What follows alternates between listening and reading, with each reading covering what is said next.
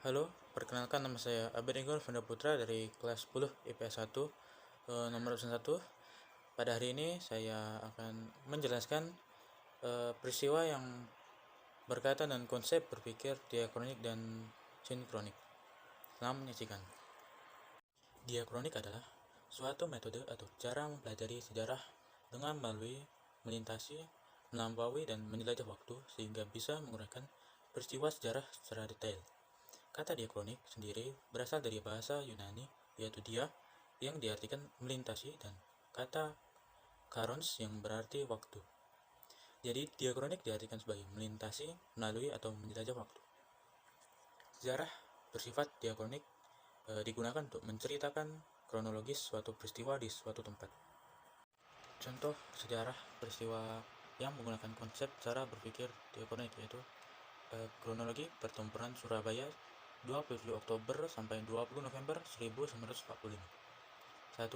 Tentara Inggris bersama Nika mendarat di Surabaya pada tanggal 25 Oktober 1945. Kronologi yang kedua, setelah insiden perobekan bagian biru bendera Belanda pada tanggal 27 Oktober 1945, meletuslah pertempuran pertama antara Indonesia melawan tentara Inggris. Kronologi 3, gencatan senjata antara pihak Indonesia dengan pihak tentara Inggris ditandatangani pada tanggal 29 Oktober 1945.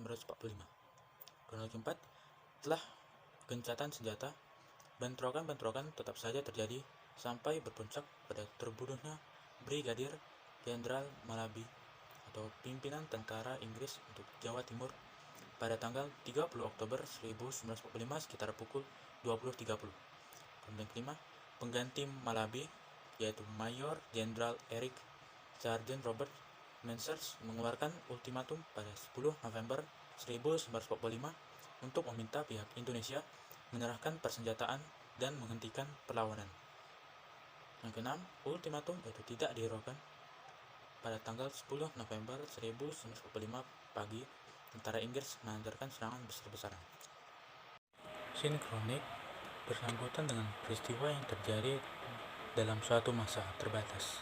Sinkronik berasal dari bahasa Yunani yaitu sin artinya dengan dan kronos artinya waktu atau masa. Berpikir secara sinkronik yaitu berpikir meluas dalam ruang tetapi terbatas dalam waktu. Pendekatan sinkronik biasa digunakan dalam ilmu sosial. Sinkronik lebih menekan pada struktur dan hanya menganalisis suatu kondisi tertentu. Berikut adalah contoh peristiwa yang menggunakan konsep cara berpikir sinkronik. Pembangunan pada era Orde Baru. Orde Baru adalah masa pemerintahan Presiden Soeharto. Pembangunan Indonesia pada masa Orde Baru sangat pesat, namun angka korupsi juga meningkat. Soeharto membuat program pembangunan jangka pendek yang disebut Rencana Pembangunan 5 tahun atau Repelita.